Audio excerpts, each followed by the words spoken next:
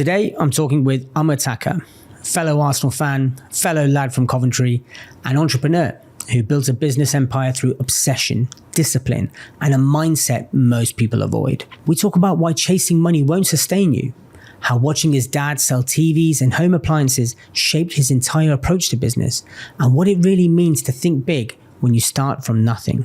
Amar has exited companies, built others from scratch, and credits a broke mentality and deep spiritual practice for keeping self-focused and grounded. We discuss why discipline is the key to success, both in the gym, in business, and in life, and the mindset you need to adopt if you want to build a business with serious value.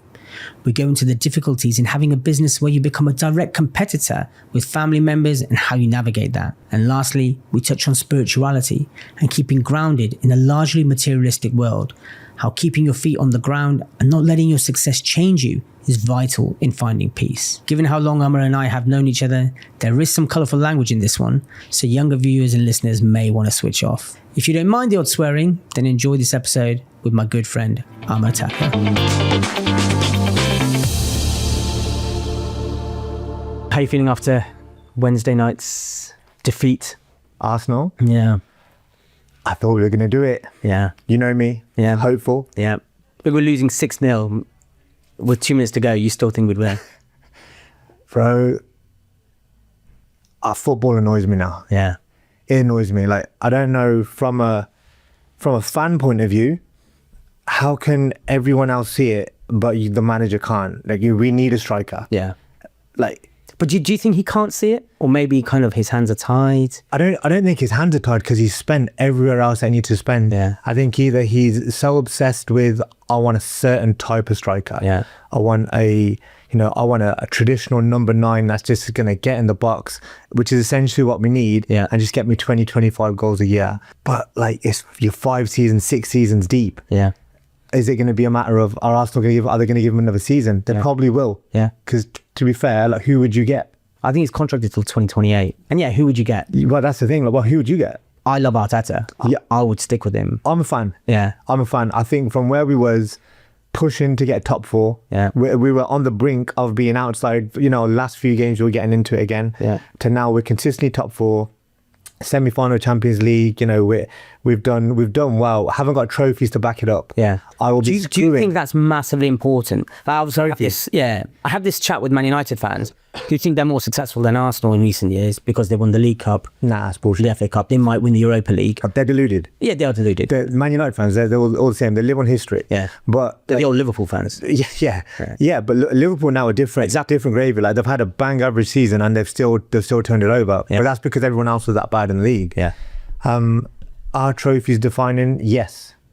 Yeah, they are. Of course, you want to win. So would you rather win a trophy and be rubbish season? I would not rather do what Man United and Tottenham have done, be 17th and potentially win Europa. Yeah. Even if Tottenham fans would like that. That to me, to be fair, dictates the type of club they are. Yeah. So there's a mentality. If they're 17th and they win the Europa, they've had a successful season. Yeah. But mate, you're 17th. Yeah. You know, you're lucky. Yeah. You're lucky. Couple of bad results and you were Division 1, but you won the Europa. Well done. Yeah, exactly. Congratulations. You're the next Nottingham Forest. Yeah. I always say it's like the we both got kids kind of similar age. You didn't get certificates or medals for taking part or being rubbish. No. It was basically just for the elite kids. And now it's like, let's make the rubbish ones feel good by giving them that. And that's how we see Man United and Tottenham at the moment. I'm a massive believer at the moment we live in a woke world now. Yeah, we do. So it is very much thank you for turning up. Yeah. You know, but the people who made the tough the tough decisions, woke up early, went to bed late, trained their ass off throughout the day to make sure they came first. Yeah. They'll get a medal as well. Yeah, it might be a different color, but it takes a lot of emphasis away from them. Yeah. And that's where I'm not a fan of that. Yeah. That's like my kids when they do stuff. If like my daughter, like, although she's only ever won so far, but if she was to finish 5th, she would not take that medal home. Yeah. Like, it's ingrained into her already. Like, okay, you finished 5th, well done, you turned up, you did well, but is that really? Yeah, you're 5th. Yeah, you're 5th, and that's not like a massive, because I'm not the most competitive guy in a sporting environment, but the world that we live in now, it is, you turned up, here's your certificate. Yeah. Like, nah, you're going to forget about that in 5 years. You know, celebrate success more than anything. Absolutely. Yeah, but and from a football term, like Man United, Tottenham, like, I don't know, Arsenal, are we doing well? Are we going to win the league next year? You know, I'm all going to say yes. We need that striker. Yeah, we do, yeah. We need that striker. Yeah. I think everyone knows it. Arteta must know it as well. Yeah, he does. But it's that same thing. Who would you go and get? Yeah. Yeah. Who would you go and get? I wouldn't massively... What do you reckon of the current team, though, in general? Yeah, I think it's a great team. I love being an Arsenal fan. I watch Arsenal week in, week out. I know, yeah. And I love it. Even when we lose, we generally play really well. Yeah. Like we did on Wednesday.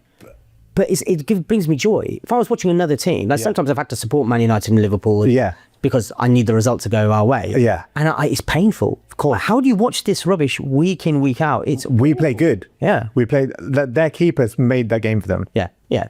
Even you never get messages from your football. It's always go around. Yeah. But when I'm messaging you thinking, you bastard, like, you know, just slip up. Yeah. Like, yes, that was annoying. Yeah. That was annoying. It was. But football for me, honestly, now, like, after the Wenger years, I don't know, it just took my soul. But I think that's because you've changed. Maybe. I think your life you're very different to kind of when we first met. Yeah. So we met about 15 years ago. We actually, I came to know of you a bit longer than. So I was on a date at Showcase Cinema. Are we going there? Yeah. You know who the girl was as well. And we're going to the cinema to watch, I don't know what we're going to watch. But you were parked in your car going to get a Nando's. Mm-hmm. And this girl goes, oh, there's Amar. And all I could see was a yellow Lamborghini. Yeah. And I was like, who's Amar? Like, I was in my 318 BMW. Yeah. And she's like, oh, Amar's dad's got this business on Folser Road. And I saw you get out of your car, like 6'4" or something. I was like, why does my date know him? I got no chance. They're 6'4", 15 and a half stone. Yeah, I didn't know your weight at the time. Thank you. Wow. But I saw you kind of get out. I thought, that's pretty impressive. And a couple of years later, I think I bought a TV off your dad. Yeah, I remember that. And then I met you at the gym. Yeah. And you're a big lad. Thank you. You know, and I go, I've got to get in with this guy. He seems like if I go out with him, I could probably maybe get some of the. You definitely met me after my behaviour. You met me when I was behaving. Oh, for sure. What a shame! Because I said to you, we were training and what have you. Well, you were training. I was doing nothing basically. Yeah. As I mainly. You were watching me. Yeah, literally. I was mainly watching the girls that were watching you. Oh no, don't. But and I said to you, I said, we're going out on Saturday night. Do you want to come out? And you said to me, no, I've already got plans. I remember. And I went, what are your plans? And you said, I'm going to watch an Indian film with my mum and sister. And I burst out laughing, thinking that's really funny.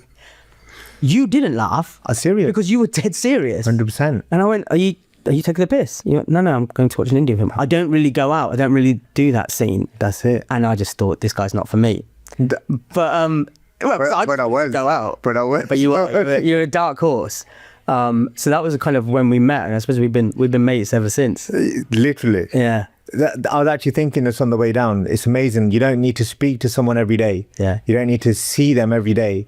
But the minute I just seen you like 20 minutes ago, it's like it smashes. Yeah, let's go. Like, we will always be children. Yeah. That's but we're professional in the same breath. Yeah. But we will always act like children. We wear a lot of hats, don't we? We're professional when we work because we have a business relationship as well. Yeah. And we have a friendship, and then we had our times when we were very much single, and that life. You have to know I believe in you have to believe when to be serious and when not to be serious. Yeah. If you're serious all the time, when something serious happens, how do you know to be serious? Yeah. So and that's why me and you are always cool, because we're kids at the best of times. Yeah. But when you're at work, you're at work. You know, when you're in the gym, well, for me, when you're in the gym. I go gym as well. I've just come from the gym. To be fair, where you started to where you are now, unreal. Yeah, thanks, man. You've reversed, and I'm wearing black. No, Arun, credit where it's due. You're looking phenomenal. Thanks, man. Barring the hair. Do you like the hair? I'm 50-50 with it. My missus loves it. She does? Yeah. I can't grow hair that much now. And because she's happy, Well, your corners are pushed back the same level of mine, but I've thinned a lot more at the top. You've actually gone a better way of doing it. Maybe I should go down that road. I am a lot because now there's a lot of it. Yeah. I have to wash it, and I see in the shower now there's quite a bit coming out ending in my hand. So I may have to just reduce the amount. Turkey, here we go. Yeah. To be fair, you're not a turkey guy. You'll go to Dubai and do it. Yeah, exactly. Yeah. So when we met, one thing I learned very quickly about you was your discipline. Discipline is just something I just don't have. I was just born without it. You were in the gym at the same time every day. Yeah. You would leave the same time. I'd say to you, come to the jacuzzi, come to the pool. For 3-4 years, you never came. Yeah. That just wasn't part of your remit. You got in, you didn't talk to anyone, you just did your thing. And as I got to know you, you wake up at the same time every day. Yeah. You eat at the same time. You're extremely robotic in that way. You're extremely disciplined. You used to be a lot more. Yeah. Yeah. Where does that come from? Were you always like, because I didn't know you as a child. I met you in the mid-20s. Yeah. What were you like as a kid? As a kid, I was a nightmare. Yeah. As a kid, I was bad in school. What, academically or behavior-wise? Just in general. I was never really bothered. The older I've got, the more I've started to find myself. But when I was younger, I was a nightmare. Like, I've always been surrounded by my mum, my sister, and my dad. I've only ever seen my dad work. Same way you, right? Your dad probably would have got to work at 6, come back at home at 12 o'clock on a good day, and then gone again the next. So I've never had like a massive male role model in that sense. But discipline, it's got to be my mum. Like my mum would religiously make me do stuff. Okay, at the same time. Right. Like, you know, your food's here, bank, you know, if you're going to go out, that's fine, but make sure you're home for this time or you're going to get told off or whatever. And then it just kind of stemmed from there. So the reason why the gym's a big part of my life, as you know, if you want to be good at anything, you have to consistently do it over and over again. Yeah. I'm a massive believer in motivation, but I think if you go one step further than motivation, anyone can be motivated for a minute, but discipline is that one step further. Like there's a good quote, it's one thing to be hungry, it's another thing to be starving. Like I was always starving that dedication. For what? Well, that's the thing. It's never been for an end goal. I've never trained for muscle. Yeah. You know, I've always trained. I'm a quiet competitive guy. Yeah. So even when we used to play football together, for example, if you used to play football or different sports or wrestle or grapple, I've never really been interested in beating the person. I've only ever just been interested in beating me. Yeah. Like, you know, can I do this? Can I do that? And then from the gym, that kind of I started to take that outside. Yeah. And then like from a work perspective, this is where I started to get up at stupid o'clock in the morning or like 3 or 4. Yeah. I would just realize that, okay, if I go gym in the evening, I'm waking up a little bit later. You know, am I going to beat this guy? Am I going to be able to beat my competitor at that point at waking up at, you know, 7 o'clock, 6 o'clock, strolling into the office, having my food made for me. And then I just started to think, okay, cool. I want to get up a little bit earlier. I want to train harder. I want to do more than the next guy. And then that's where the outworking everybody came into it. So I do believe that I can outwork anybody. And I think that's ingrained to me from seeing that in my dad. I don't care if you've been there in your industry for 10 minutes or if you've been there for 10 years. Yeah. I've proven this recently as well. And the last thing I did, like there's people that have been in their industry for like 20 years and I've come into the industry within the space of a month, I'm overtaking people I shouldn't be overtaking. Yeah. But that all comes down to work ethic. So ingrained in me from my mum and dad for sure. But the work element of it, I think a lot of it stems from the gym. So if I was to, like, for example, do 10 push-ups every day, the next day I'm going to be able to do 20 and 30 and 40 and 50. But then if I get my workout done beforehand and my body's exhausted, I can only really focus on my mind there after that. And that's where the discipline of working hard and pushing every day came in. So like, I'm obsessed with work, as you are, as you are. Every time I see you or speak to you or even drive past your office and I'll see you in the office, I very rarely see you doing this. No. Like you probably won't even notice I'm driving past because I always see you like this or you like that or you're on the call. Yep. But as you're on the call, you're still multitasking, looking down. Yeah, yeah. That's the life of a boss. That's the life of essentially like a director, like CEO, leader, whatever you want to call it. Yeah, you're juggling balls all the time, all the time. And over time, I think I've just got better and better and better at doing that. And I've realized, okay, I'm not a specialist in one industry. You know, I'm just good at doing stuff. Yeah. I'm good in business. But anyone can do that. Anyone can work hard. What you've achieved, no one has achieved anything without working hard. Yeah. But a lot of people work hard all day, every day. They don't achieve what you've achieved. There must be something else. And what I'm probably trying to find out is that something that can be developed? Can people listening to this podcast realize, well, I don't have that at this stage in life, but it can develop? Of course it can. Or do you think it's something that is just, you're born with this fire, this desire? It's the hustle. Yeah. It's the hustle. It's like we've just said a second ago, it's the ability to be able to juggle different things at the same time. Yeah.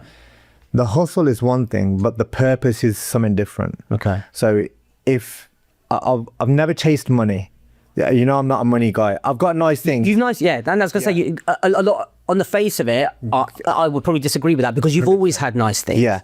And you've always been interested in nice things. Yes. Probably more nice things than nice experiences. Yeah. Like you never kind of came on holiday with this stuff. Yeah, that yeah. your thing. Yeah. But you had a Lambo very early. I was 24, yeah. And then subsequently you've had another one. Yeah, so I've had four Lambos, couple of Bentleys, Rolls Royce, Yeah. but I've a couple of Porsche. Like when I was younger, I used to chop and change them a lot. Yeah. But I think because I had it so young, I just went into the phase very quickly, and I just realized that there's no kind of fulfillment there. No. But you look how fun is it when you drive yours on that one nice day out of the 365, you get into it probably with the kids, yeah, and then you just think, yeah, this is wicked, like, you know, it's nice. Yeah. Outside of that, the other 360 days of the year, like, you know, that aren't good, it's kind of boring. Yeah. And it's, truth be told, it's kind of annoying as well. It is. The way I describe it is that you dream of having a supercar, and when that day comes, for most people it never comes. And when that day comes, it's supposed to be the biggest, best day of your life. It's your ultimate dream which has been achieved. Yeah. But it is the most kind of anticlimactic event ever. My God. It's just so bad. It gets dropped off. You sit in it, and then the kids go, "Can we go back inside now?" And you go back inside and you have your dinner and you go to bed. It's like, that wasn't how it was supposed to be. I remember when I got my Lambo first when I was 24, I was driving back on the motorway and I was so scared to put my foot down first. Yeah. When I first got it, it was a totally different time.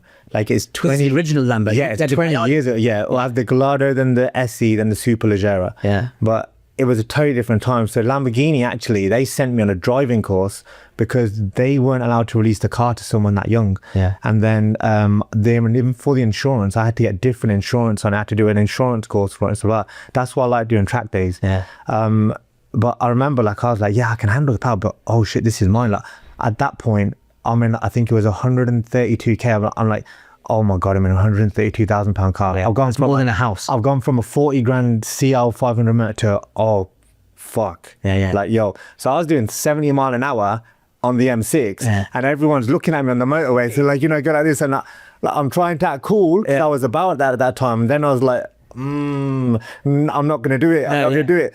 But then like the next 3 days, obviously it opened up. But like once you realize very quick that this kind of stuff's meaningless, you start chasing different stuff, then the thrill becomes different. Yeah. And then the thrill comes about, all right, I'm going to beat you. Like, so like the last company that I had, it was a vehicle hire company. I remember when we first started, I found out the patterns of other people within the industry. There's a local company. I was like, all right, I know I'm going to get you. Like, you'll be on my radar first, but I know I'm going to get you. Yeah. Like, I actually don't even know if you know this about me, but this is why I always work on birthdays and always work on Christmas, whatever. I found out the pattern of a guy from Enterprise, found out the pattern of a guy from Northgate, and Northgate were my target. Like, I was like, yo, I'm going to get you. And then... What do you mean by the pattern of them? Not so much their work schedules, like, do they work on their birthday? But you're saying the guys... How many holidays do they go on? How many holidays do they go on a year? But the guys at Northgate and Enterprise is a massive company. Northgate are the biggest. Okay. By far. But you're talking about what, the CEO of the company? Like, I want to know, okay. Not the local manager. No, they're nothing. Like, are you like the main guy there? I wouldn't say they're not there. They might be listening. No, that's their problem. Yeah. The main people there, like, are they working on their birthdays? Okay. Typically, how many holidays do they go on a year? Yeah. And I would just do this via things like LinkedIn and like, you know, social media tells you a lot of things. Okay, he's been on 3 holidays this year. That means I'm going on none. Okay. Like, you know, oh, he celebrated his birthday and he's taking pictures at 12 o'clock, which must mean that he's with his kids at them now. I'm working. So I was very competitive in that way. Okay. I'd done the same thing in the industries that I'm in now, like the gym predominantly, because I want that to grow. Yeah. I've got like a hit list of people that, okay, I want my gym to be bigger than yours on a national scale. I want to be bigger than you. I want to be better than you. Am I going to work harder than you? Damn right. How do I prove it? I'm just relentless in my approach. But then are you not missing out on... I know, look, I think your approach is amazing. But are you not missing out on the holidays, the time with the kids, the birthdays? And so in this pursuit, which actually probably you're not really sure why you're doing it. You're competing against yourself and using these other people as a benchmark. But essentially use them as energy. Feeding off them. Literally. So although they won't even, some of them will know me, like some of them won't, but I will literally look at it like, I'm coming for you. Whether you like it or not. You're either going to address me now or you're going to address me later, but I'm coming for you. So like the last 2 years, we've won the best gym in the UK, 2 years on the bounce. Now, these guys spend millions, literally millions, on the grand scheme of things. Obviously, as you know, we're tiny. Tiny. So how can we do something like that and you can't pull that out of the bag? It's a vote, you know? So that shows me that I've got something that they haven't got. They may have a better financial infrastructure, but my team's better than yours. My work ethic's better than yours. And my team know my work ethic's better than theirs as well. And they'll feed off that. But from a sacrifice point of view, of course you miss out. So why are you doing it? If it's not for money, you know, I'm an accountant. And really, that 99% of the people... And you're a good accountant as well. Very much. No, you are a good accountant. Most people do it for the money. It seems like you're either gone beyond that stage, or actually there's something else at play that you're really interested in. 100%. So what is you know it already. You know already. I want to make sure that when my time is said and done, that my kids have got the work ethic. So anyone could leave their children money. You know, it doesn't matter if you're leaving them £100 or 100 mil. But, and you'll know this as well, because obviously you've had ups and you've had downs as well. When you're down, what gets you out of it? You know, your ability to get back up. And that's where I want to show them, like, you know, Dad might be tired at 3 o'clock in the morning, but he's still getting up. You know, Dad might be down, but oh God, he's still getting up. Like even when I did my cruciates, not my cruciates, my Achilles, you know, and I'm in a cast. And I don't know if you've seen the video or not, but literally the next day on crutches up 2 flights of stairs. And I purposely went and trained legs with the intention of solely showing my son and daughter, you know, shit happens in life. You're still going to get back up. Well, when we used to play football, you used to have shin splints problem. Oh God. And you were in pain. I could see you grimacing during the match. I know. And I'm like, why are you carrying on? That's one thing I've always been like, I'm not competitive. Like even in a football game, if you guys get competitive, I'll get competitive. But I'm not bothered like that. But on a one-on-one basis, like I will literally be like, okay, you know, you're going to find out. I saw that for you when we ran the Leamington Half Marathon. So I didn't know you were running it. And because I was into my running then. You've never really been into it. But I saw you there and I just thought, you're like 15 and a half stone. How are you going to get around? You got to 20K? I tell you something stupid of that. So I've never ran. The Ryan, my business partner, I know he's one of my best mates. He's a good runner. So we've just somehow turned up at the front. And then one thing I do is I speak a great game. So I'm literally saying to him, you're going to win this. And he's like, you're mad. And I'm like, Ryan, shut up. Because he hasn't got self-belief.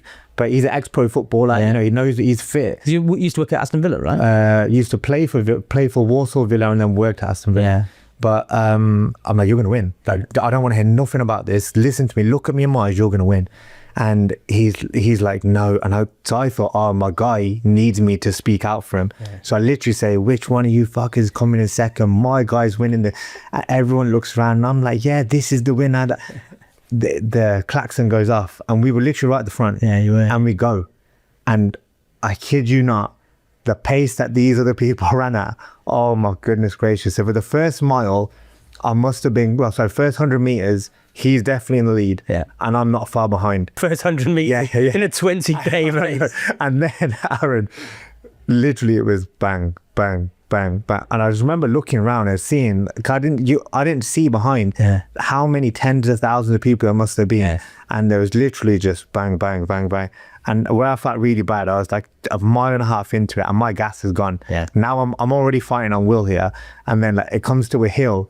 And then I looked down, I didn't even know why, there's blood on my leg. And I was thinking, what's going on? I must have hit a bush or something. And I went to stop. And then a lady smacked me in the back. She goes, you're not stopping now. And then I was like, fuck, that's going to annoy me for 10 miles. That is now. But that was a tough day. But it's an amazing experience. Real good. You're not a runner. I was a runner at the time. I'm not anymore. But the endorphins, the dopamine you get, it's just... it's the individual battles. So I'd see someone there and I'd see them stop and I'd be like, okay, I'm going to tick you off. I'm going to tick you off. And like the individual battles, kind of like life, right? A race is very like, you know, you just win those 1% battles all the time. And then before you know it, you're getting better and you're getting better and you're getting better. And that was a big day. But isn't it interesting that all these things, they shape us? You know, fitness, gym, sport, 100%. the team that we love, our family, they all kind of shape who we are. Of course. But at the core of it, kind of, we are business people. Yeah. And that's what it comes down to. And I'm interested to know, so actually as a kid, kind of, there probably wasn't any kind of sign of what you were going to become.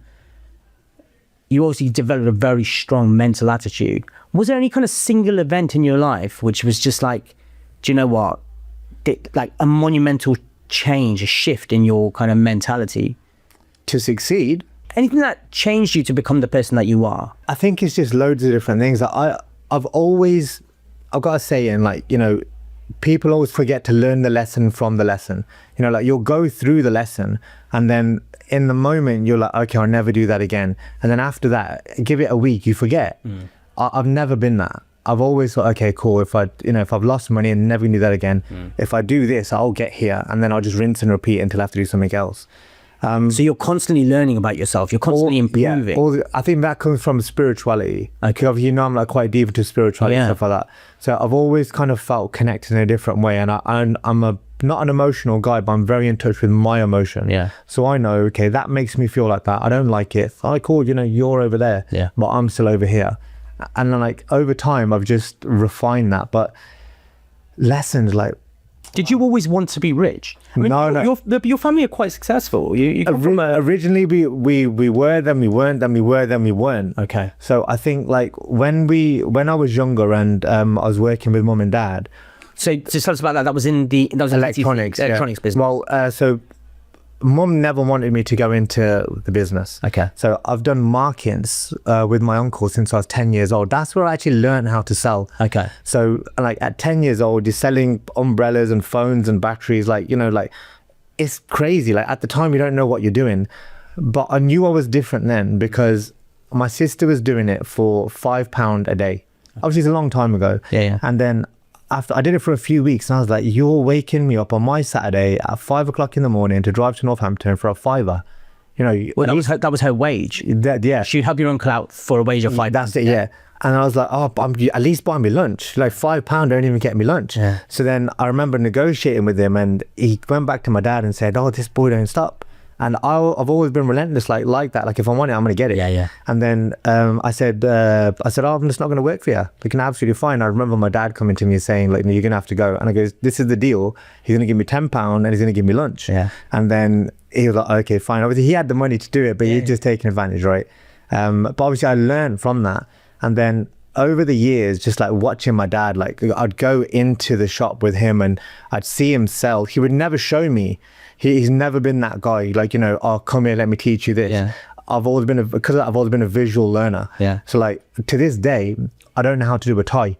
Like I genuinely, like for me to teach my son to do a tie, I've got to go onto YouTube, learn it myself and show him, or I'm always clipping it on. Yeah. But when it came to selling, I just remember my dad would do it and I'd be like, wow, like that's good. Like you've told them the truth, but they love you. Yeah. You know, they trust you. Yeah. So, and that's where I started learning, like, people deal with people. This is why your client retention must be brilliant. Yeah. Because as a guy, you're a very likable guy. Yeah. Like, you are absolute jokes, like, as on a personal level. But even when we discuss business, it's probably 90% just banter, messing around, and then I call, do this, and we're done. Yeah. So the work still gets done. The work but we have fun work. But we have fun when we do it. And that's like, so people deal with people. Yeah.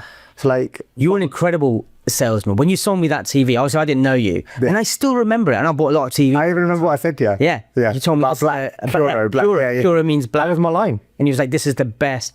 The black is the purest black in this." And I wasn't. That's the thing. I wasn't lying. Yeah, you know you weren't. Yeah, and that's why then the following day you'll come back. Yeah. Because you would think, okay, if I wanted something electronic, who am I going to go to? Yeah. So to this day, I get people asking me for all sorts of stuff. Yeah. And I'm just like, but that was like 20 years ago. But obviously, because you deal with people throughout the years, they just trust you. Yeah, absolutely. And like, yeah. But that trust transpires just because you're not selling electronics anymore. Of course. You're still a trustworthy guy. 100%. Yeah. And that's why like people will follow you essentially. It's like people do deal with people. Yeah.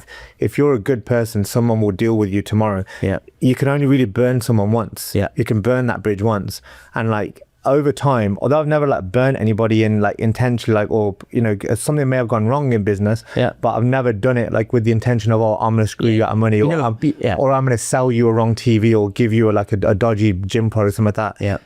Because of that, people will always trust you to come back to you. I think that's kind of what breeds success. But like, I was just thinking what we're saying, like defining moment, like Aaron has been loads. I could tell you loads. Like the Lamborghini one is a good one. I remember I was 21, and when I started the online website for the family business, something would sell. Like I said, my mum didn't want me to go into, so you know, you're not gonna be able to work with your dad. You're too different. And I was like, nah, I'm gonna do it. And then my dad seen what I was doing, and they didn't understand the internet then. But we were young, you know, different blood, you know, fresh mind, fresh way of thinking. I remember like we started it up, he was like impressed, he was like, oh yeah, brilliant, but nah, he wasn't really bothered by it. And the industry didn't work like that either. But thankfully the industry turned out like that. But then I sold something, just out of pride. I just wanted to make sure I got it into the front of the shop. Dad, look what I just done. Like that. Like I was happy. Like Dad, look, you know, you guys doing it. And then I sold like a DVD or a VCR, and then put it on top of the box. And like my pile was okay, but then my dad started doing the same thing, and his pile was obviously bigger. And then, but he's selling the products in store. I was selling them online. You're doing it online. And this is where I learned a lot here, to think national as opposed to just think local. Because it's a volume game, right? That's simple. He was targeting a couple of people, I was targeting the UK. So it's different way of thinking again. But then his pile then was like bigger, and then I just remember a little bit disheartened. And then he was speaking, and he had probably asked me the same question. I can't remember the exact question. He was like, what do you want to do? I goes, by the time I'm 24, I want to get a Lambo. Like, I was obsessed with him at this point. And then he was like, nah, don't be silly. Like, because my dad's not a money-oriented guy either. But I took that as, oh, you don't think I could do it?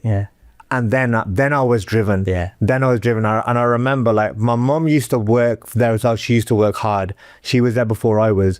But I would be up at 12 o'clock at night, doing whatever I needed to. And then my pile started to get a little bit bigger, but his pile was still bigger. And then before you know it, by pile you mean pile of products? Pile of products, No, pile of products. And then, but I actually remember the day, it was December to something, but I remember the moment, like my pile now all of a sudden was huge. Like it was just one day, I think, off the top of my head, I think it was £36,000 worth of sales. So not massive, but like, you know, but it was good. And then he was like, oh, so this internet is so what is this digital empire? I call it digital empire. He's like, so what is this then? And then I sat down and showed him, with pride. I was like, look, you know, you boys got this. He's doing it now. You know, step aside. And then my pile is just, the pile of products was ridiculous. So we ended up being the 5th largest online electrical company in the UK, bigger than Amazon at one point. Obviously, this is before Amazon kind of took off. But like this is why I used to know that, the buyers of Amazon and stuff like that. But it was good. So we turned over just shy of 26 mil. Across 3 websites. But to the website and the shop? Just the website. Just the websites. And this was, well, way back when. So I was 27. So best part of 15, 16 years ago. 26, 27 mil at that point. That's big money. In today's money, that's probably triple. Absolutely. Like, you know, so it was... Margins were probably quite strong at the time. Margins were strong at the time. So that's why, like, when I was buying the Lambo and the Bentley and stuff, none of this stuff was finance. It was like, oh, cool. You know, the guy in the garage. I remember going there, pink flip-flops, and there was that Radio 1 DJ, Trevor Nelson. He was there. And then he was all securityed up, and I just turned up as I do, pink flip-flops, white 3/4 lengths, and I was like, that's the car I want. And they're like, but I've never been like a flash guy. I've been like, that's what I want out and done. And then he was like, oh, we have to arrange a finance. So I was like, no, you know, we're going to transfer the money. It's cool. But that we was in a good position. You know, and then that's where, like, from there, I've just kind of just progressed. Obviously, that business didn't continue. That stuff, and you then, this probably around the time I met you, you ventured into a few other things which didn't work.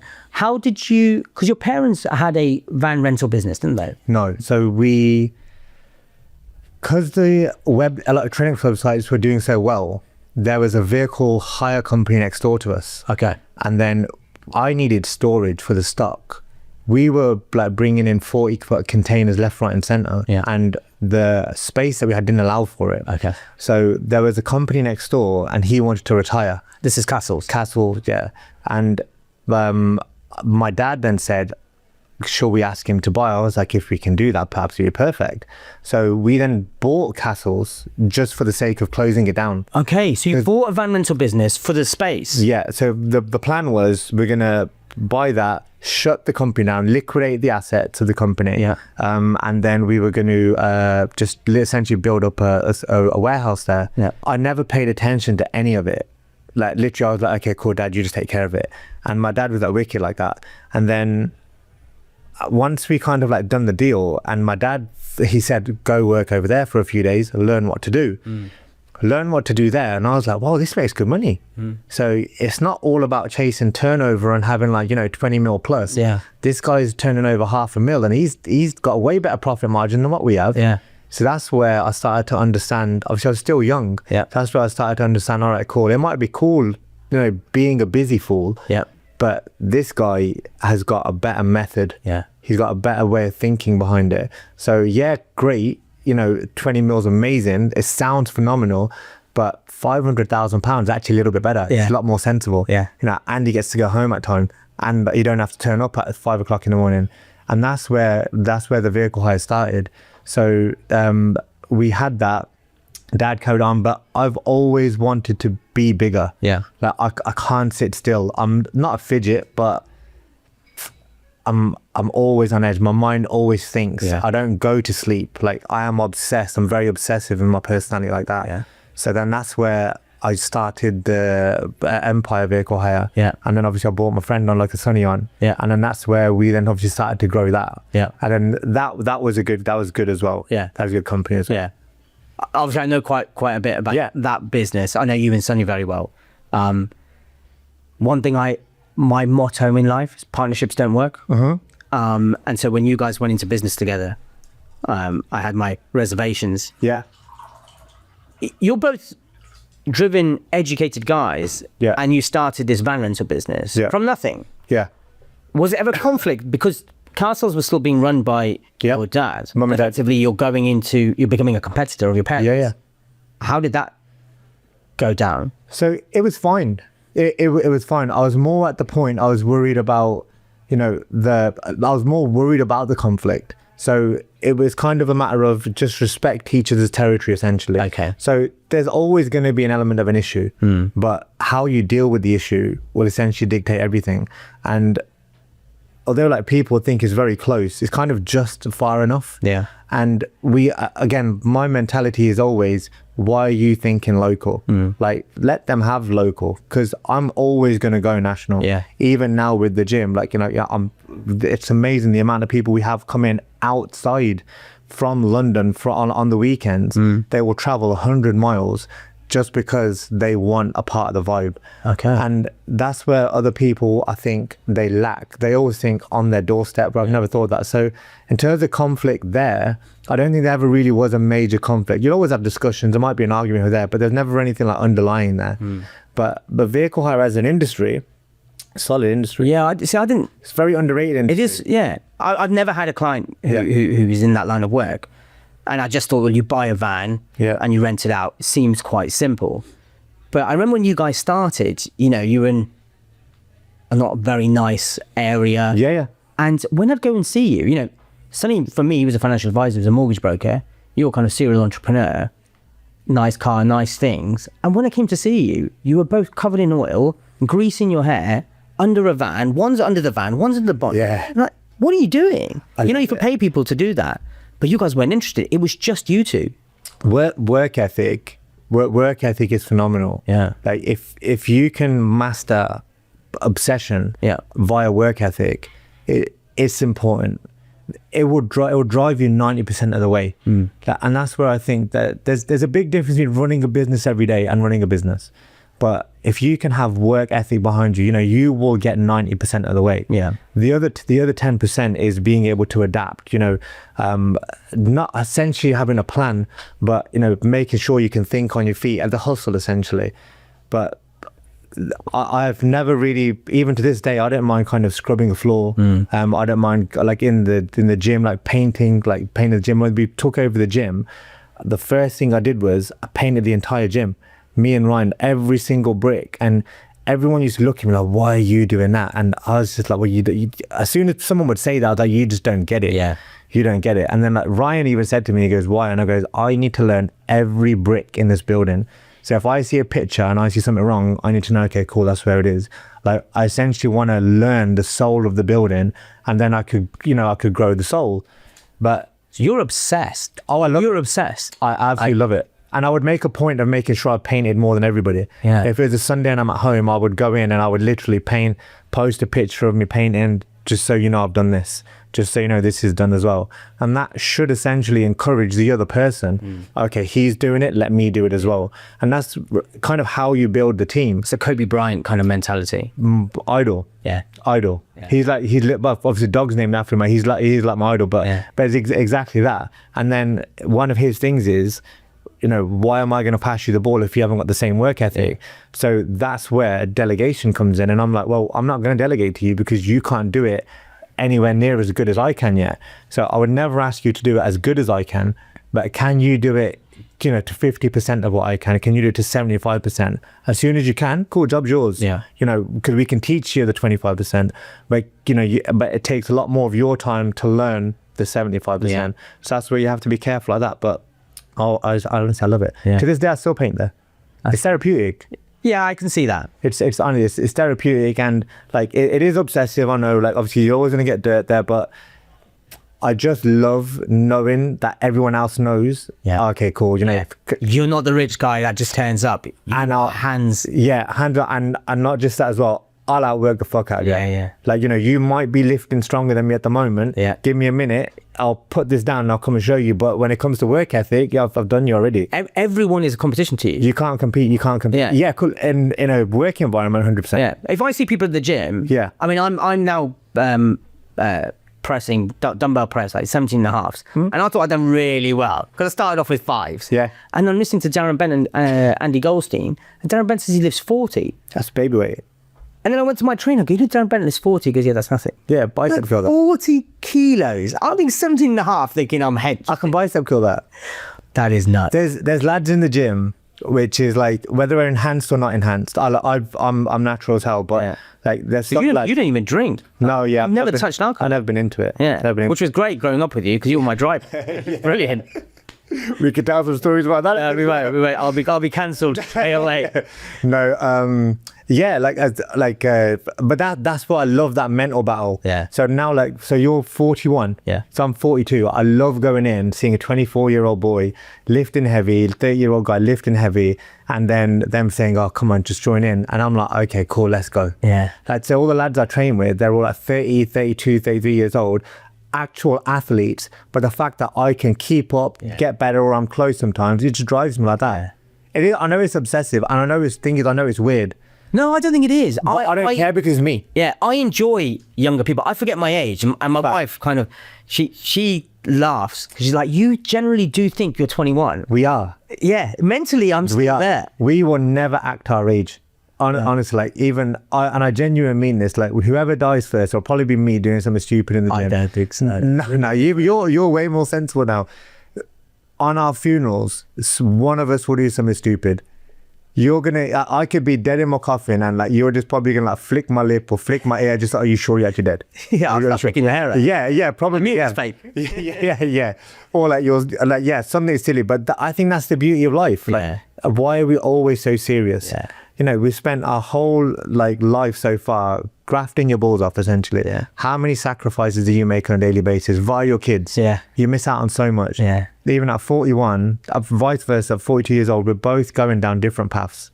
We both started doing stuff like this, which is not like us. Yeah. Which is not like us. But I think as you get older, you just find your natural calling. You do. I prefer being here in the studio with you than I do being in the office. This, what we were saying outside, it's different now. Yeah. It's different. But that's because we put the hours in. We've done it for 22, 23 years. And I think it's important to educate in a different way. Yeah. So whereas we're not just kind of keeping the experiences to ourselves, you never know who you're going to motivate on the outside. Yeah. And again, it's just something for your kids to watch. So if, you're not here and your kids have a struggle, they've got dad's voice there still. Yeah. They've got the peer figure there still. Many kids don't have it. Yeah. But we're lucky to be in this position to be able to educate others, try and motivate others, but still be there for our children. That's the most important thing. Absolutely. I want to touch on Empire because that's quite a fascinating part of the time since I've known you. I've always, because I've always seen you try a few businesses. You've been involved in a lot of things. Yeah. And I started to get the impression of you a serial trier. Yeah. You just kind of tried. Always coming up with new ideas. I remember once took us to TGI's, like, let's start this car park business. That's a great idea. Still. I remember that. It's been 20 years. I still remember that. But timing is timing. I've always got an idea, and over time I've realized that the world just isn't ready. Yeah. Or like the industry is not ready. And then the more you look into an industry, you think, okay, that's a very antiquated industry. Can we bring it up? Yeah. So that's what that was. And there's actual traction there. But then I tell you what I did always do at that point. I would try. And then when there's no traction, I'd stop. Yeah. But then that's a good thing and a bad thing. So by essentially quitting, and that's why I always think about that, because it annoys me. Yeah. Like, why did I stop that? Because that was genuine solid. Even other things I've done with other people, obviously like financial things, the two people of, I backed out of them, and I'm thinking, do you know what? I would have been so good there. Like, if I'd had my work ethic or my mentality then, I would have done so good. Do you know why I disagree with you? Yeah. Because in what you're talking about, in investments, foreign exchange and stuff, you as a person are very much in control of your own destiny. In that business, you're not. Yeah. You can't control it. You can make the decisions to pull out and invest. Of course, yeah. But really, you have no control. Yeah. And you seem like you seem like a guy who actually completely dominates and owns the space where you operate. Yeah. You're in complete control of everything. Yeah. And I think in an industry where you don't have that control. Yeah. I Potentially. Yeah. My business is a bit different. Yeah. I have control, but ultimately I have my team that do it, but I might have influence over my team. Yeah. But in foreign exchange and markets like that, different. Yeah, 100% like that. I always just like to establish like alpha mentality. Like, okay, cool, I'm alpha. That's it. So Empire Van Heusen has probably been your biggest success, would you say? Financially? Yeah. No. Okay. No, the family business definitely, Digital Empire, country mile. But this is something that you... That I started ground up, yeah. Yeah. I started ground up, yeah. So you and Sonny are kind of, buying these vans, you're grafting. Was it a case of this business will give us a living and this is how we're going to pay our mortgage and that stuff? Or did you have the vision, because you sold for a lot. Yeah. You sold that for a big figure. Was that always the plan? Or was it, this is going to be an exit our business? Yeah. Well, did you build it to exit, or did you build it as a kind of, no, let's see how this goes? Yeah, I think stuff like that, I don't think people ever start things with the intention of exiting straight away. Okay. I think... Apart from in tech. Yeah, in tech. Now it's become a lot more common to do stuff like that. Before it was like, okay, this is my baby. But when we started it wasn't a matter of, okay, we're going to do this and we're going to get there. It was just, truthfully, it was a matter of helping my mate and... okay, we're going to get to this point and we'll be good. But then when you kind of realize that's really easy to get to, like what's come, But what was it? Did you just literally... Have you ever seen that scene in Top Gun, Maverick? And he goes into the plane at the beginning, the first scene. Have you seen Maverick? No, I don't know how. You haven't seen Maverick? What are you doing? I didn't watch as many films with my mum and sister as you. Maverick, phenomenal film. Okay. One of the best sequels that you can ever get. Okay. Genuinely watch it. It's a sequel of Top Gun, right? Yeah. But the start of the scene, the start of the film is he has to jump into a plane and achieve Mach 10. And it's Tom Cruise, so you know he's going to do it. Yeah. But it's also, it's a theatrical film, so you know he's going to go a little bit more. Yeah. So he hits 9.9. The whole film is kind of like on edge. And then all of a sudden it hits 10. And then everyone in the room in the base, they all start cheering for him. He's like, he has a second, like, and then it's all of a sudden, but what if? Can I do 10.1? Can I do 10.2? Yeah. And that's the beauty of it. So the target for us when we first started was, we're going to get to 100 vehicles. Yeah. And, can I get to 120? Yeah. It'd be amazing if we got to 150. If we get to 200, we'll do this. And then it just went on and it went on. And that's, I've always been like that. But did you change then? And you know, when you've got 10 vehicles and you're under the bonnet and now you're at 200, you guys didn't change as people. You were still under the Yeah, all the time, but both of us, all the time. There's never been a day where someone can say, don't do this and like that. I think like the bigger you get and the more money gets involved, problems occur. And inevitably that probably is what happens. And people change. Yeah. When money gets involved, people change. And you have an element of, I've never been ego driven or money driven. So power, when you start to believe you've got the power, I think that's a big problem. Yeah. That's a big red flag for me. And that's where I'll start to draw back off an individual. But when money comes in and when growth comes in as a company, I don't think you should ever lose the underlying factors of everything. For example, use the gym as an example. Obviously, 'cause that's what I'm doing predominantly now. I'm vehicle hire again. But when I took over the gym, it started off with, it was done. Obviously, as you know, it was finished. It was in trouble. It was a month away from closing. Yeah. It's people think I've waved a magic wand and I've gone in and invested 50K or 100K. It's easy to think that, isn't it? It is. But what I've done is I've gone in and I've essentially just given it a bit of a spark and showed people again, oh, we're still there. So that's gone from 200 members to 300 members to 500 members to now we're just shy of 900 members. Wow. And that's in 2 years. So the target there is always been 1,000 members. Yeah. And then again, when we get to 1,000, it's going to be, but what if? Yeah. Can we get 1,001? Yeah. Can we get that? And that's just the beauty of it. And then it's going to be, okay, can we get another location? You know, can we get 3 gyms? Can you have and that's what I'm always driven by. I'm never driven by money. Because honestly, I do, everyone needs it, but it is very devilish. Yeah. And you know, it can change your mind very quickly. I've always had a broke mentality. Like Shani still takes the piss out of me all the time because Shani's your wife. Yeah. Sorry. Yeah. Because I always I've heard something once. You're gonna laugh at this. Actually, you won't laugh at it because you know me. But keeping a broke mentality. So you know, I've been talking my motivational videos, stuff like that. And then the guy said in the video, he goes, "What's the first? Well, actually, it's like, what's the first thing you do when you wake up? You go to the bathroom, change your underwear, stuff like that, brush your teeth, whatever." Yeah. So I always make sure the underwear I change into is got a hole in it. Okay. Even if it's brand new underwear, I'll put a hole in it. Yeah. Like that. And then that, just because the first thing you do, you change it, it's like a bit humbling. Yeah. That's why when we used to eat, we're supposed to eat on the floor because it's a humbling experience. What's the last thing you do before you leave? Put your shoes and socks on. Take my shoe off. Now you'll find holes in the socks. Okay. Because it allows me to maintain grounded. Not that I have an amazing life. Yeah. But it just keeps me, okay. Is it a reminder? 100%. Yeah. 100%. Like, you know, it's when, again, as you know, you're driving around in a nice car. Everyone's looking at you. You've got a nice watch. You know, you wear nice clothes.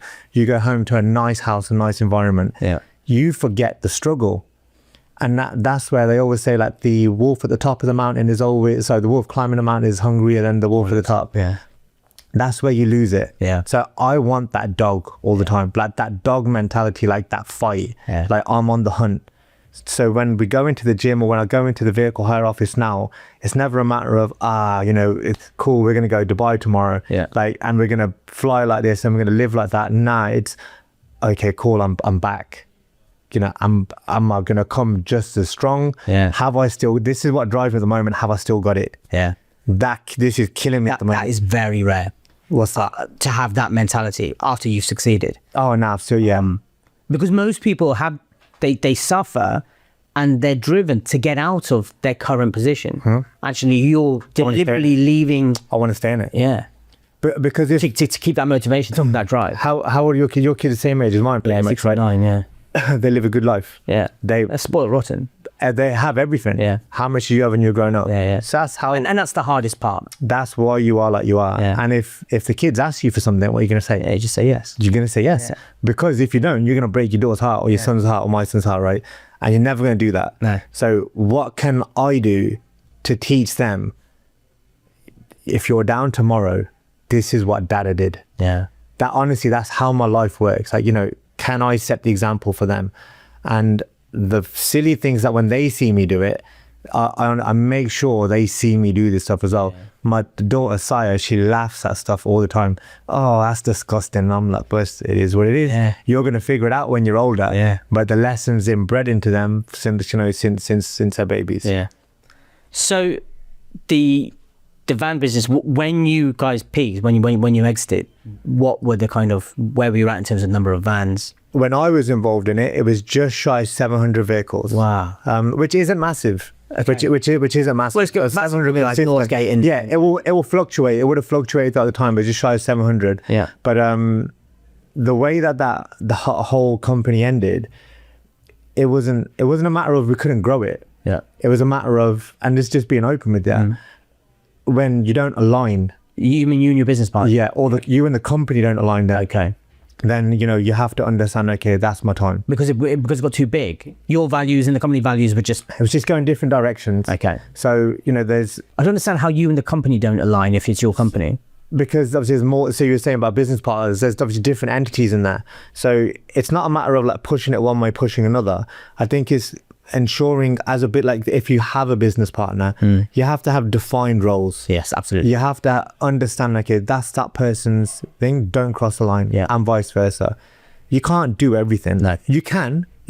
Well, you're just on a treadmill then. You're just basically, yeah, and that's exactly it. That's the beauty of a business partner is, you can not delegate, but you take each of the strain off. Yeah. You grow together, you lose together, but you're together. As a company grows, you either grow with the company or you grow apart, and that's essentially why from a business partner perspective, that's where it's awkward. That's where it's awkward. But so did you jointly make the decision that the time is up? I wanted out. Okay. I wanted out, and it was clear I wanted out. Yeah. And it's a shame because you guys have been best friends for... Yeah, for forever. Like, the respect I'll have will always be there. Yeah. Yeah, like as in, but in terms of like making it clear, I was just like, I want out. Yeah. I was supposed to stay on, but I didn't want to stay on. Yeah. Because again, another thing, I've always believed if I can learn off somebody, like I've got this phrase, like I'm unemployable. So I don't want to be employed by anybody unless I can learn from you. Yeah. Like if I was to all of a sudden say to you, Aaron, I'm going to become an accountant, you're going to laugh at me because I know nothing about it. So how would I learn? I would offer you a job. Yeah. Yeah. And truth be told, I would take it off you because I would learn off you. Yeah. Until the point where I was like, okay, cool, I can do it better. You're gone. Yeah, yeah. Like, and then I'm out there doing my own thing, which is probably what happens obviously in general. Yeah. But at that point, when I was asked to stay, I was like, nah, I can't learn off you. Even to the new owners, I was like, but how? And I said it outright. I goes, how do you think you're smarter than me, in this industry? To the point where they said, I had a 3-month handover period, and then you can't learn. You can't learn a whole business. You can't multi-million-pound business. You can't learn anything in 3 months. Yeah. You should watch me for 3 months, which is exactly how I showed my business partner first. He was like, okay, for 3 months I want to watch you essentially, and then I'm going to start learning and I'll start doing stuff. So how can you think you're going to learn in 3 months to learn the whole company? Yeah. Like and from the minute they did that, I knew they were gone. Yeah. So ultimately, then you sold out to them, but they didn't last a year? Literally, yeah. So everybody else stayed on with the exception of me and one other person. Yeah. But the minute that they did that 3-month break, I was like, you stupid. Yeah. Well, you take the heart out of a body. Yeah. I've said if you take the heart out of the body don't function. The body dies. Yeah. Yeah. Yeah. And obviously there's multiple parts of a heart, but if you take the soul out, you're done. Absolutely. You're done. So you're also a member of this gym who we represented. Yeah. Who actually recommended them to us. Best gym in UK 2023, 2024, followgym.co.uk. Yeah, make sure you check them out. And if you're coming to Coventry, go and train there. You obviously then, there were two partners. There was the founding partner and he brought someone else in. Work out, you bought him out actively. It was, I'm sure Ryan doesn't mind me saying this. No, and if he does, I'll he won't. Podcast. Right. It was struggling. It was struggling. Ryan's he's a phenomenal athlete. Phenomenal athlete. And I find that's a lot of problem with business. Yeah. Phenomenal athlete. What should I do? Buy a gym. Yeah. It's what I do. I'm a great baker. What should I do? Start my own bakery. But you don't know how to run the business. Correct. You're not a businessman. Yeah. And I think Ryan came to that realization. He's actually the first person to say it. Yeah. Which is why the love I got for that guy is unreal. Yeah. He knows, like see where we say defined roles. Yeah. And he will outright say, he goes, you do 90% of it, but I can't do the 10% he does. Yeah. He honestly, when it comes to people, he's phenomenal. He's the nicest guy. Oh my God. He kind of, you feel his presence when you're around him. The guy's smile is unreal. Yeah. It's like, it sounds like I fancy the guy, but it's crazy because people come to him just to see him. Yeah. So if you've got 850 people just coming just to see you, Yeah. you know, that's going to get tiring. Yeah. But He's seriously well connected. I think you were saying that you played a five-a-side game and Perez turned up. no, this is not, the guy's is from the football background. Yeah. He's like he was literally sending me a video. He's at Stan Petrov's house yesterday. Wow. And like the way that he goes about life, because he's not money orientated, Yeah. it's very much, he's a giver. Yeah. Like, you know, me and him are both in the gym, not to, it sounds stupid, not to make money from it. Money is the byproduct. It is to help people. Absolutely. So obviously, you know, we're both big mental health guys, you know, motivational guys, want to help inspire people. It's the money is the byproduct, but he helps a lot. Yeah. So he essentially, if you remember Friends? Yeah. When Joey and Chandler are arguing over the chair, Yeah. Chandler takes away the cushions and he goes with the cushions, or Joey takes cushions and he goes, the cushions is the essence of the chair. The guy is the essence of the gym. You take him out of the gym, the gym loses the cushions. Yeah. So you essentially just got a nice chair. Yeah. So yes, like from a business perspective now, but that's also not saying you know, you don't need to just be about business.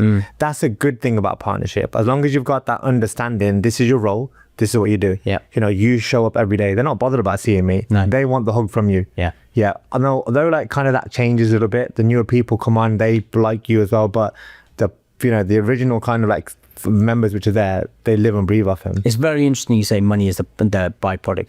I'm a firm believer in that. There's so many people come to the practice starting a business. It's like, what's the aim? Like, you know, it's to be rich. It's to be rich. Like that doesn't work. They won't get rich. You need to have a phenomenal business. You need to be incredibly good at what you do, and the money will come. I don't think footballers ever set out to be rich. Now they do. That's where the game's dead. No, but they've become like that. Yeah. There's no 8-year-old going, I want to be a multimillionaire. No, yeah. It's like, I just want to play I football. want to score the goal. Yeah. That's what they're I want to play the game day in, day out. And if I get rich on the side, great. Simple. But I want to love what I do. Yeah. Well, I think a lot of people just focus on the money. I'm going to start this business because I'm going to earn this. Yeah, but how are you going to make the business great? No one's given that any thought. Nah. So there's that saying, if you chase money, it runs. If you make money, it's different. Yeah. And that's a big saying. Yeah, 100%. So you now got into this gym, completely different business model. Yeah, different. But you seem to be loving it. I just love... Because you're a gym guy anyway. Yeah. I love just the helping people. Yeah. Like being there, essentially coming from being in serious backgrounds, serious businesses all the time, to kind of just finding myself more than anything. The gym saved me. That gym genuinely saved me. Whenever like From what? I had like a lot of personal issues. Yeah. And then I would never say that I was down, but it was a bad time. Yeah. And that's when I stopped going to the gym. So I actually didn't go to the gym for a year. And to that gym, or you stopped going to I another? didn't go to any gym. Okay. And then Because you've always been into gym. yeah, well, when Saya was born, I didn't go to the gym for about 14 months. Okay. And then I met, do you remember Noel? Yeah. Raf, I met him, and this is what took me back to the gym. And then I was obviously overweight. I had a bushy beard, and then I was so proud to introduce like this amazing figure in my life to my daughter. Yeah. And then I was like, no, look, this is my girl. And he just looked at me and just goes, Amma, what happened? Oh. And then So you're in your element. You're in your happiness. I'm like, look, no, this is my daughter. And he was like, Amma, what happened? And I was like, nah, look, this is my girl. And he was like, nah. And he poked my face. Poked my face. He was like, is this all real? Like, he thought I was taking the piss. And then I looked at Shani and I goes, like, you know, what, like, I said something wrong. I thought I upset him. Yeah. And then he goes, I'll see you tomorrow morning at 6:00. Oh, wow. And then I just goes, nah, At Capital. there's no at Apollo. I used to box out with him at Apollo as well. And then he goes, I'll see you tomorrow at 6:00. And I just looked at Shani. She looked at my tummy and she goes, yeah, I think you should go. Oh, wow. I was like, wow. And then the fire come again. Yeah. So I was like, oh, so you think I'm fat? And this is actually how I met Ryan. It's a good story. So I turned up there 5:50, walked into the treadmill. And this is like the competitive side of me. So he's on the treadmill at 5:50. And then Talk about 5:50 a.m. AM, yeah. What time does the gym open? Well, we're going to go 24 hour now, but it's 3:00 at that point. Okay. But I didn't know that. I just thought it was 6:00 as I seen online. And obviously Noel told me to get there at 6. So I get there 5:50, gym's open. I go upstairs, just got my hood on, absolutely knackered. And then, because I just did a night feed, probably with Saya. And I see this guy running on the treadmill. So I was like, oh, fair play. Ryan running the treadmill. I was like, fair.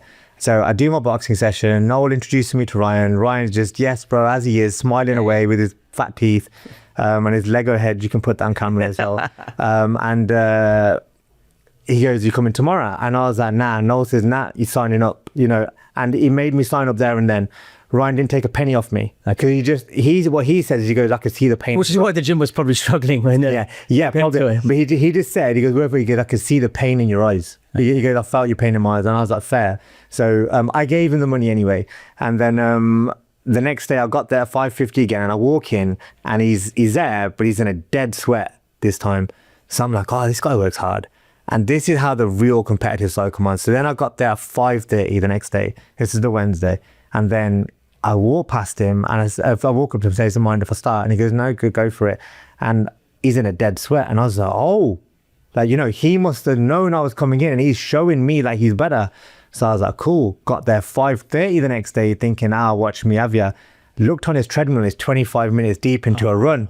And then I'm allowed to swear. Yeah. I'm like, motherfucker, you're gonna find out. You're gonna feel my pain tomorrow. You're asking me an hour and 20 minutes into the podcast, you're like, you said fuck about 100 times over. I'm genuinely, I was like, fuck, you're gonna get it. Watch tomorrow, 5 o'clock. I'm gonna be outside. You're gonna know. Yeah. Now you're gonna know. And I'm back training hard as well now. Like I've got Rocky on in my headphones at round 4, you know, we're going for it.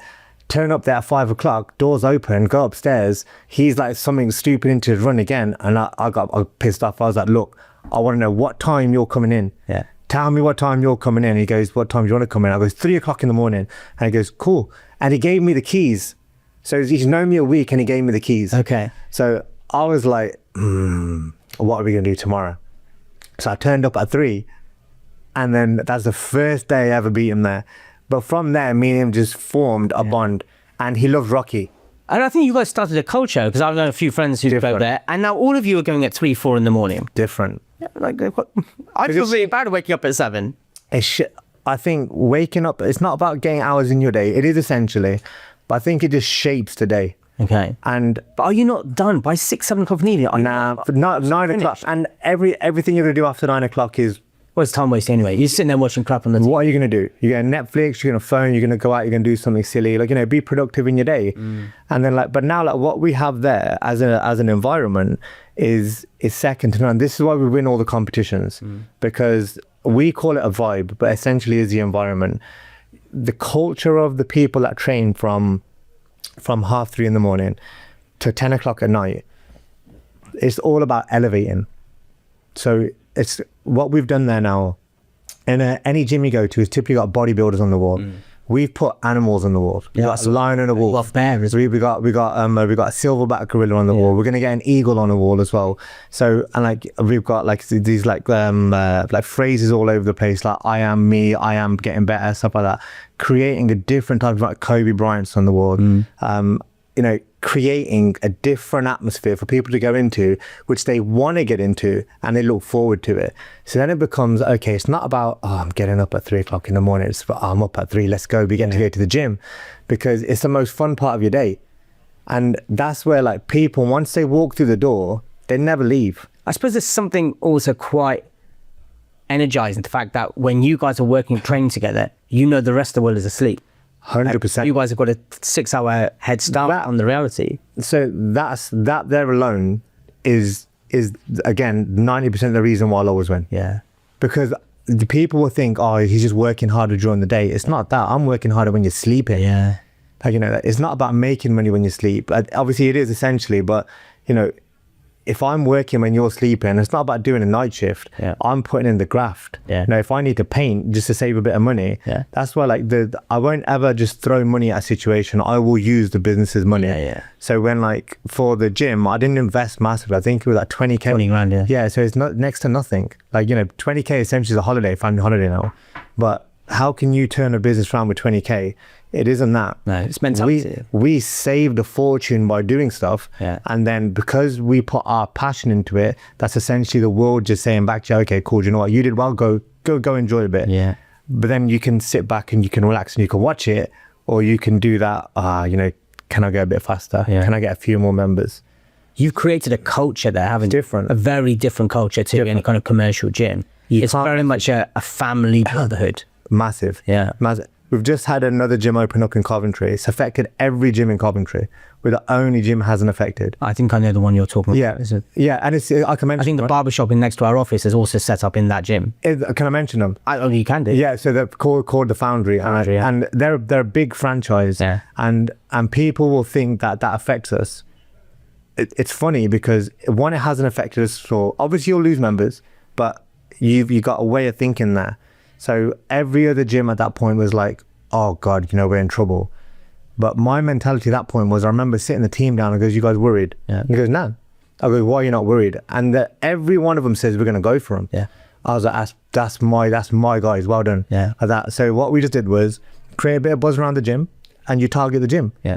It doesn't matter if someone's bigger than you. So like, yes, are they a bigger gym? Of course they're a bigger gym. Yeah.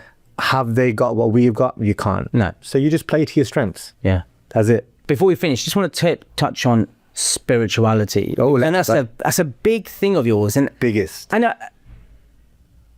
I noticed a shift in you probably about 10 years This ago. is where the conversation is going to get deep. Yeah. I'll It's a sit shame forward. for the end. I'll sit forward. We'll have to edit it and get it put in. No worries. But I noticed you became very religious at a time. You've never been that turban kind of beard kind of guy, but there was a time where you were going to the temple a lot. Yeah. I find peace in God. Yeah. And, when we're in business, we generally look at things very literally. Mm-hmm. We think we're superstars. We think everything is revolves around us. Yeah. How did that come about? And how does that spirituality, where does that sit within you? And you were telling me something outside before we started this, which was really fascinating. And I stopped you talking about it because I thought I want you to talk about it in here. Now that you've had this success and you're kind of, positioned closer to God than kind of probably I am, are you finding that the money actually is not... The money allows you to live your life the way you want to. I know where you're going with it, yeah. But it honestly is so... what's happening on that side of things? So I'm 42. I don't want to say I'm retired, but I know I'm good. Like I'm cool. You don't need to work anymore. Yeah, I want to work. You want to work. I might have to work tomorrow. You never know what life is going to bring you. Yeah. Like, everyone has ups and downs. But there's a difference between spirituality and religion, I believe. Yeah. So religion is kind of, it's become a lot more culture based than anything. But believing in like a higher power, essentially, is what I go for. So yeah, obviously we Sikh. Yeah, we go to the Gurdwara, stuff like that. Do I believe that the religion defines me? No. But do I believe in a higher power? Yeah, I do. Yeah. And I think one, it calms me. When I struggle, where do you look? I do look to God. Like I've started doing these motivational videos and stuff like that now as well. And for me to do that was actually a big thing because I've always called myself a ghost. And I don't know if you've seen the video or not. And I'm like, okay, cool. It's time. You've never played with ghosts. It still is. But I'm like, okay, it's time for the ghost to die. I am Amar. So that's why I've called it. I am Amar. Okay. Even like on YouTube, on TikTok, and it's mad, like, because you look at it and you're like, oh, it's just me talking to the camera. Yeah. And I told you, it's me talking to my kids to give them a lesson. If I'm not here, this is what I want you to think. That's very deep. And also it's slightly disturbing. It is. But it's never like a message. So I don't outright talk to them. So what I essentially do is I'll go on and say, okay, if you're feeling this, I just want you to think like that. This is what Dada did at that point. Yeah. And I think that's where being spiritual helps, because I don't ever preach, or I don't ever believe in being preached to, but I believe in connecting with the earth in a different way. I believe in things like, if you see it in your mind, you can hold it in your hand, stuff like that. Like, the power of the mind can overcome anything. And that's where spirituality helps. I think it's a shame that not that many people are spiritual in that sense. Not necessarily, you don't have to believe in God. I would never say believe in God. I would never preach someone believe in God. I would always say believe in yourself though. And I think that's where spirituality helps. So yeah, my mom is the one that takes me to, or used to take me to the temple and, show me the Sikh way. But I believe now in a spiritual way, in a different way. And that's where spirituality in my life, honestly, it's everything. It helps me help people. I think it helps me become a better person. And if I'm a better person, I'm more at peace in myself, maybe I can bring you a bit of peace too.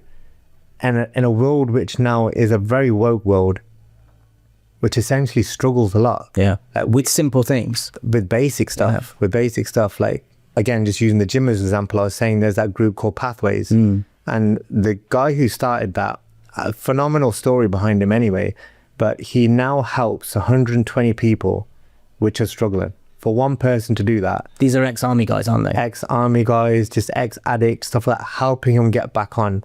And then from there, you obviously, they're in the gym, you meet them as well.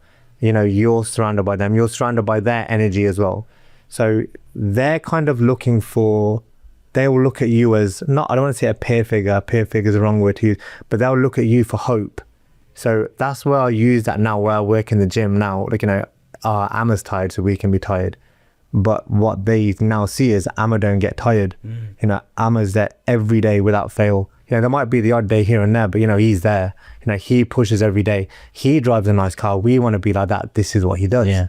And that's where the spirituality side of it, you know, that's where it gives me strength. Whereas I'll look at it from a point of view, you know, like I'll always say, God, give me strength. Or before I do my videos, I always say, God, please speak through me. So I don't ever go into them videos and think I'm going to speak about strength or courage. I literally just spit out whatever comes out. Sometimes it sounds good, sometimes it doesn't.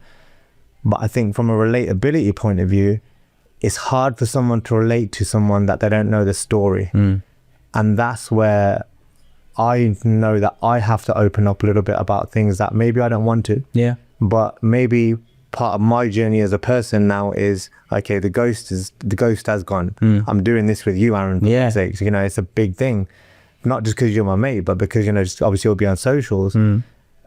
But, you know, but Amar has to put himself out there. If he actually truly wants to help, as he says he does, he has to put himself out there different. So that's why I was saying, like, my next thing I want to do is, and I'm a big believer in speaking this in the world, I want to stand on stage. But I've done it at like small events, like just helping people, but I want to stand on stage and I want to put my kids right at the back of the room and I want to speak to them from a distance. And then that's my next aim. That'll be amazing. It will happen. I'll be the first one in the queue. But you won't need to be in the queue because I'll give you the ticket. I appreciate it. Of course, man. Mate, thank you very much. My bro. I've really Appreciate you. enjoyed it. As always. Yeah, it's been an absolute pleasure. When do I get to interview you then? Whenever you want. Fridays is my filming day. Ours is called Behind the Counter, or Beyond the Counter, sorry. Are you in the studio or are you kind of... We've just made a podcast room at home. I don't like I said, this is amazing, but in the gym, I just literally just kitted it out. Yeah. Then it's hours. Yeah, absolutely. We're thinking of doing that to our boardroom. Yeah. In the office. Because you don't do meetings anyway. Yeah, I do, but they're online. And it's too echoey in there. If anybody thinks that Arun Sachdev is a professional, let me just tell you about it if I'm joking. No. Cut. Mate, it was great. Yeah, good? My bro. Yeah. Appreciate you. Thank you.